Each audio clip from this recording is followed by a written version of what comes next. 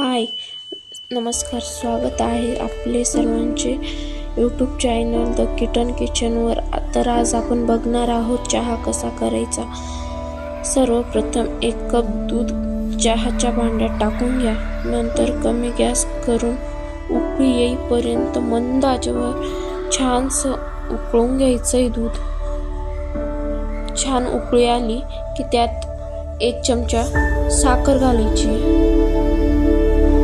1 चमचा साखर घातली की थोडं मंद आचेवर राहू द्यायचं. त्यानंतर 1 चमचा चहा